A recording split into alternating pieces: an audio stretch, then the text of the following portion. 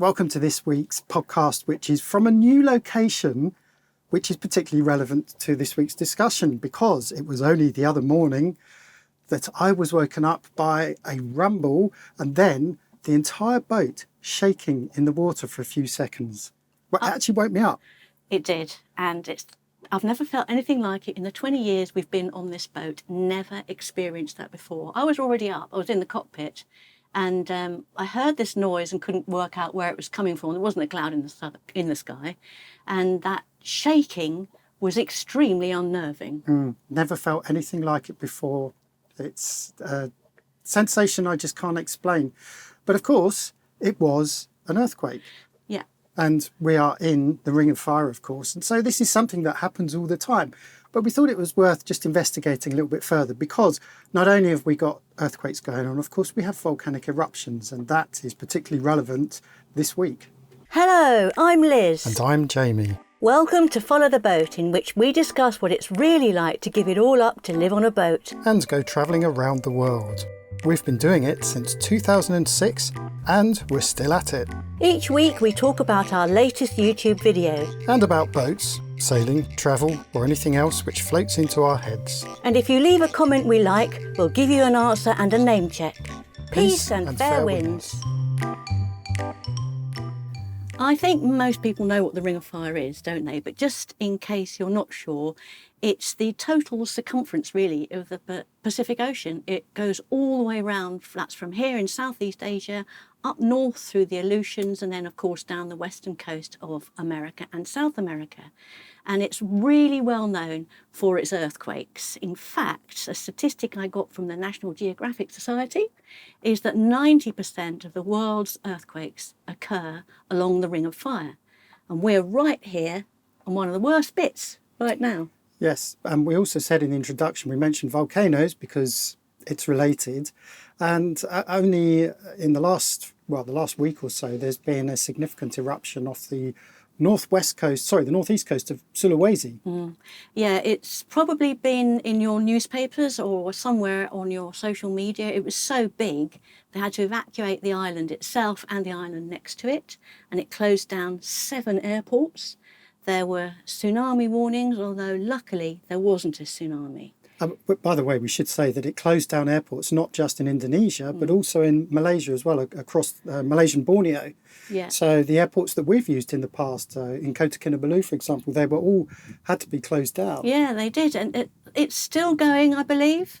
But it's a pretty bad one, and it's typical of the kind of thing that we have seen here since we've been here in Southeast Asia, and we continue to see. In fact, obviously, the most obvious one is the one that we saw on the southwest coast of Java, Krakatoa, really well known. In fact, we went there, didn't we? That moment sticks with me because it was a childhood dream. I always wanted to see Krakatoa, and sailing up to the approach of Krakatoa, it was first thing in the morning. So the big, what remains of the original Krakatoa on the east side is all lit up by the sun behind it. And it's an impression that sticks with me. Enormous. It's ridiculous. So just to explain, Krakatoa was once upon a time one massive volcano. Of course, it famously erupted in the 19th century, and that basically just blew the whole thing apart. And it gave birth to Anak Krakatoa, the son of Krakatoa. That is now the active volcano, which is much, much smaller in terms of dimensions than the original one. So you still have the whole of the southern side of the original Krakatoa, one great big huge peak. And we anchored right at the foot of it. Yeah, we did. We've got actually a couple of videos on that, and I'll put a link to that in the description if you're interested. Because we arrived there 3 months after Anak Krakatoa blew its stack. It's very much alive, by the way, Krakatoa. It's always going, it's always rumbling, and there's often smoke coming out of it, so you can pretty much always see it. But just the year before we left in December, it exploded and caused a huge tidal wave which hit Java, caused many hundreds of deaths, was extremely dangerous, a very nasty occurrence, and we'd already set our sights on going there. And we did arrive there 3 months later, but the journey down, we were a bit worried all the way about whether it was going to be safe or not, weren't we? Well, I was. I don't know if you were. Well, not just the journey there. I'd say all the time we were there. Because I suppose the first question you have to ask is, why on earth would you go and visit an active volcano on a boat and go and anchor right next to it? We anchored in 2 spots. The second spot we anchored in to the east of Krakatoa, and that was literally 500 metres away. It was the one place you can anchor safely. Yes. Safely. Yes, I did spend the entire time with sweaty hands and worried and scared, but at the same time I had 2 incredibly peaceful nights' sleep. Don't know why. There was something very surreal about that. The weather perhaps had this very slightly overcast and just this sort of strange orange glow to the place. Also, I think because we'd known it had only recently blown, there were no visitors there. There's no longer a ranger station on Krakatoa because they've got ranger stations and then they have weather stations, or rather, I suppose, seismic monitors stationed around Krakatoa. A lot of those obviously they lost those in the last explosion. So there wasn't any sign of human activity. And in fact, we looked at satellite images of before and after these explosions, and it's amazing how much the topography of the whole area changes. And it was one concern of ours when we came in. We weren't sure what the depths were because, the charts say one thing, but after an explosion, who knows how those depths have changed? Yeah, I mean, there could be boulders under there. There could be all kinds of things. So it's only so much you can do with Google Images. We literally eyeballed our way in, but to be honest, we took a calculated risk and decided it was such an opportunity that we were prepared to take that risk, and it was worth it. So do watch the video. I have to say, you actually went on to Krakatoa. You actually took the dinghy there and got on it and took some great video footage and put the drone up and everything. And when you look down, you can see that the island to the east of it, where we anchored on the second day, is completely devastated, absolutely, completely ruined because it was hit by the tsunami. And it was only when we got there and anchored there that I realised all my thoughts about what I would do if a tsunami was going to happen were pointless because we would have been pulverised by it. So anyway, it's really good. And then that was 2019, so we were there in March, which is like 3 months after the explosion. Nothing there, as Jamie said. Last week, I had a look just to see what it looks like now on Google Images, and it's completely different. Did you look at those images? No, I can imagine it has, yeah. Yeah, so if you look at it now, there's a proper crater in the middle of it. Well, if you imagine every time it erupts, it's spewing out magma and lava, and so that's how volcanoes get their shape, is that they are building up with lava pouring down the sides there. When we went to see it, there was no side to it. It had completely fallen into the sea. So the crater itself was at sea level. Yes, it didn't really exist, did it? Still steaming. Yeah. But it was salt water evaporating. Yes, and lots of pumice being thrown out of it. I mean, yeah, very interesting. So we did that. We went there. But I was thinking, trying to answer the question, why would you as a cruiser go and visit these places, which I guess then leads on to the bigger question, which I used to always ask as a child. Why do humans choose to live around volcanoes? Why is it that we are surrounded by volcanoes? We can see one over there, and we can see one over there from this anchorage, and it's massively populated. They're very much alive as well. Yep. They're not dead. So why do people live here then, Elizabeth? Well, the first answer that comes to mind is that because the land is so fertile, it's great for farmers. So, and I think people have short memories. A lot of people are actually born here, so the volcano erupted a long time ago. I think that's the most important thing, is that this is their home. Yeah. This is where they live. I mean, you could argue the point, why live in the UK when it pisses with rain for 9 months of the year? That's a very good question. And let's face it, come on, this is some of the most beautiful countryside that you will ever see. So it is rather splendid here. And it's playing the odds, isn't it? I mean, only recently, Sangyan, which is another volcano we have sailed past a couple of times, Not far. has just started smoking again. Yeah. We thought it was dormant, but it's actually one of Indonesia's most active volcanoes. I mean, Indonesia does have some amazingly active volcanoes, hence a lot of the earthquakes.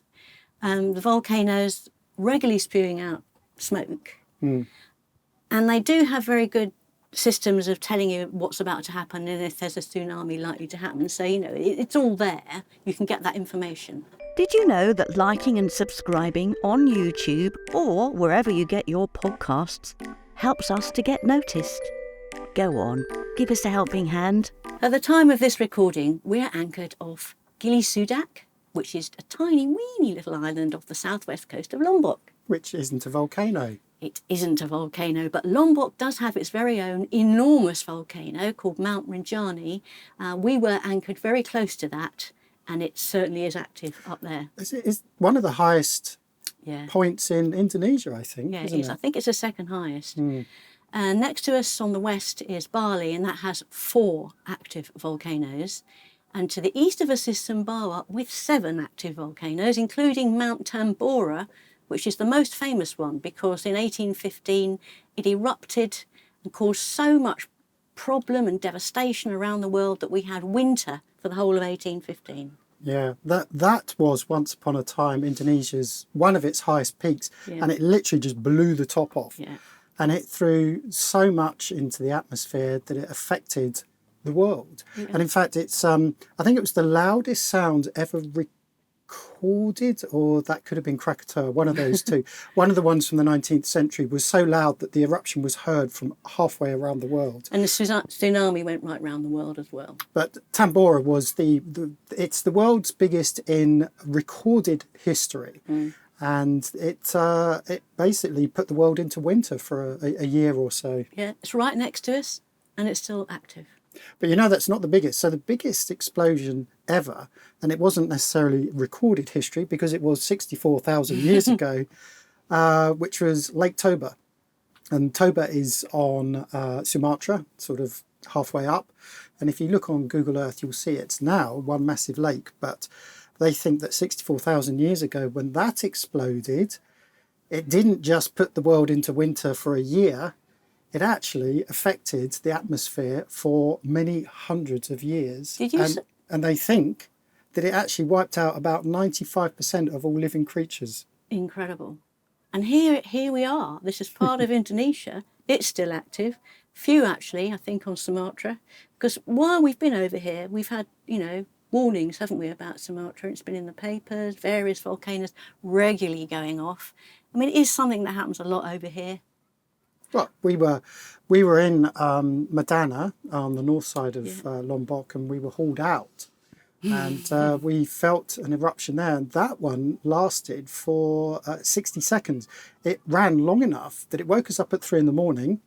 The boat was on the hard, the whole boat was shaking, and it gave us enough time to get outside and see all the palm trees in the boatyard moving. I just want to slightly correct you. It wasn't an eruption, it was an earthquake. Sorry, earthquake. Yes, so it was out in the ocean, but so big. Sorry for interrupting, but while I've got you here, if you like what we do and you want to support us and become a Patreon, or join us on FTP Mates, or even drop a quid in the rum fund, go to followtheboat.com/pub. Of course, come to the pub. I just want to interrupt here just for a quick second, because we keep jumping between earthquakes and volcanoes, and they are kind of related. We are no scientists by any stretch of the imagination, but just to put all this in context regarding tectonic plates, there are 8 major tectonic plates around the world and lots of little ones. And it's when these plates collide, so they're constantly fighting for space, and they're always moving, and it's only a few centimetres a year, but in geological terms, that's very fast.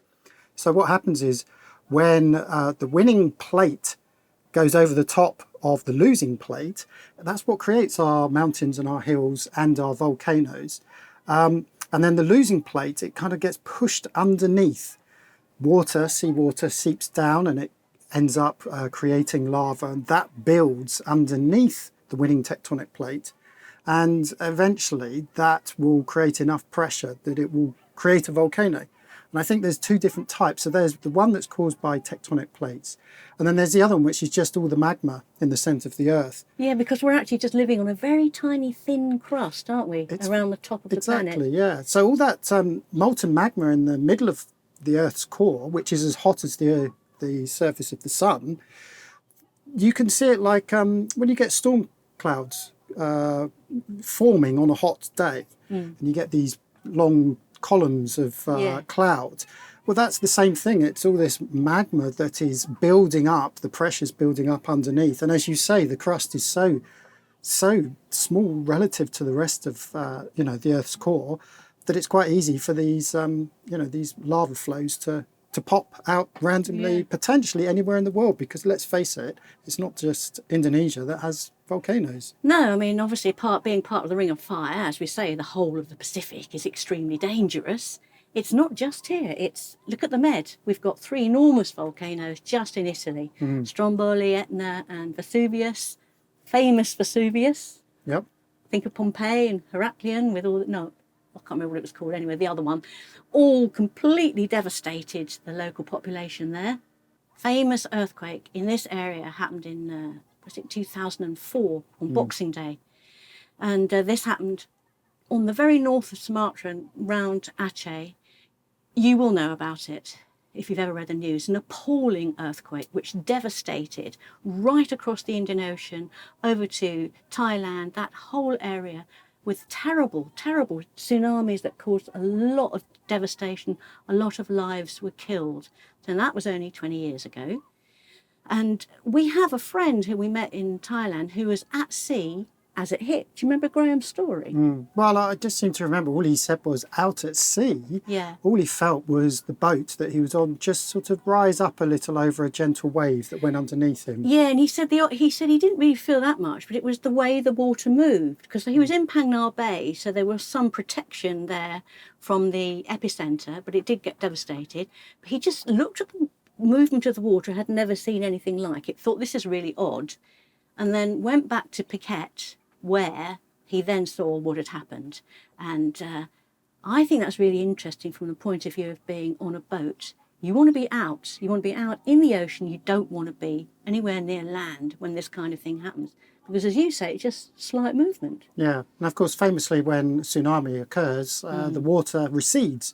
So if you're by the shore, you see the water receding. And this is one of the problems in the Phuket area, was that when the waters receded, curious locals and tourists actually walked out into the receding sea, onto the shallow waters. And of course, they were caught out by that. Now, when we were down in the Mentawai Islands, at the north end of the Mentawai Islands, which is the group of islands that runs down the west coast of Sumatra, we went to a little island called Asu. And we spoke to one of the local ladies there, who explained that as soon as that earthquake happened, the local fishermen, who happened to be in the waters, rushed ashore and encouraged the local people to get in their fishing boats and take them off the islands and out into sea, because they knew what was going to happen. Yeah, she said it was amazing. Everyone was rounded up. Small island, not many people. Fishermen, so clever. They know everything. Always watch fishermen. Saved the lives of every single one of them, because that went straight over the island, that tsunami. Well, in fact, Asu in particular, we just have this knowledge because we got to know Mama Asu, as she's known as, famous with the surfing community. This island, which is probably only a mile or two in length, she said that on the east side, where her house is, they lost 50 metres of the beach to the water. But on the west side, the opposite happened. There was once a huge coral reef, and the whole thing lifted up. And in fact, we went over and walked down that west side, and all it is just dead coral, because that literally the island had just moved on its axis. That was that earthquake. That's what it did, and it probably did it to other islands. We just know about that one because we were able to hear it firsthand. But I love the fact that the fishermen knew exactly what to do. I remember after that earthquake, it wasn't just there, but there were quite a few communities who just knew, just through being told by ancestors and word of mouth, they knew that when they see the waters recede, they climb up the hills. Yes, and really interesting to see since then. In fact, in all the countries we've been to, there are now markers on the beach with arrows pointing to evacuation points. So this is the fastest way to get high. And I have to say, when we first got there, I spent a lot of time examining every single beach we went to find out the fastest way to get up the hill. It's something we often talk about, isn't it? When we're ashore sitting in a restaurant, we think, right, what would we do if the waters receded now? Well, we did say, of course, one of the best places to be on the boat, but to rush back to the boat, weigh the anchor and then get out to sea, you might not have time for that. So really the best thing to do is just to run up the hill. Yeah, and let the boat take its chance. I mean, if you were on the boat and there had been a warning, I think up anchor as fast as you can and get the hell out of Dodge. I would do that. Yes. Now, after this earthquake that we had only the other day, about an hour later, I received a text message, which is a government initiative in Indonesia, and they will send out a warning. But it's still quite useful, even though it was a little bit slow to report it, because they also report tsunami threats. And of course, that is one of the threats after you have an earthquake.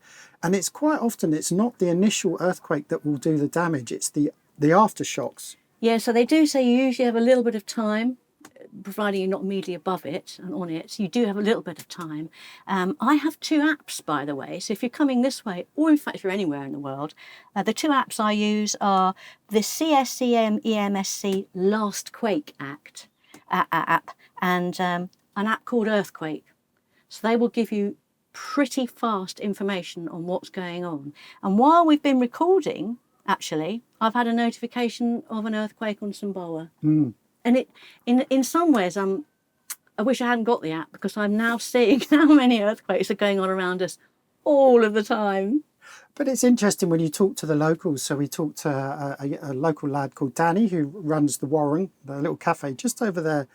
And they're relatively nonchalant about the whole thing, aren't they? Because, of course, they see and they hear this all the time. And throughout the time they've been here, I mean, Lombok has had a pretty devastating earthquake in the last 20 years that did cause quite a few deaths up over on the north side of the island. So, you know, they grow up with it. They grow up with it, and they've made that choice. As we said earlier, it's a cultural thing. You've been born here, you just get on with it. And I suppose it's the same for sailors.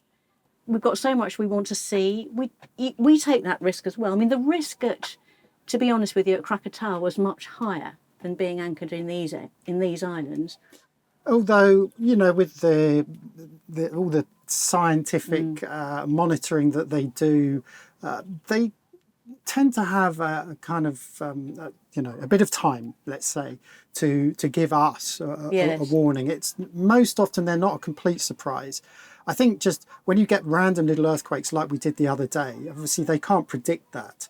But they'll certainly have an idea if a volcano is going to blow its top, because there are lots of warning signs, like what we saw in the northwest coast of Sulawesi. Yeah, everybody knew about it before it hit, and they got them off the island as well. Yes. So we are, even now, after all this time, I'm always looking at the quickest way out. You always keep a track, so that if the weather was really bad or if it was night or something, we would know how to get out fast if there was some warning at some strange time.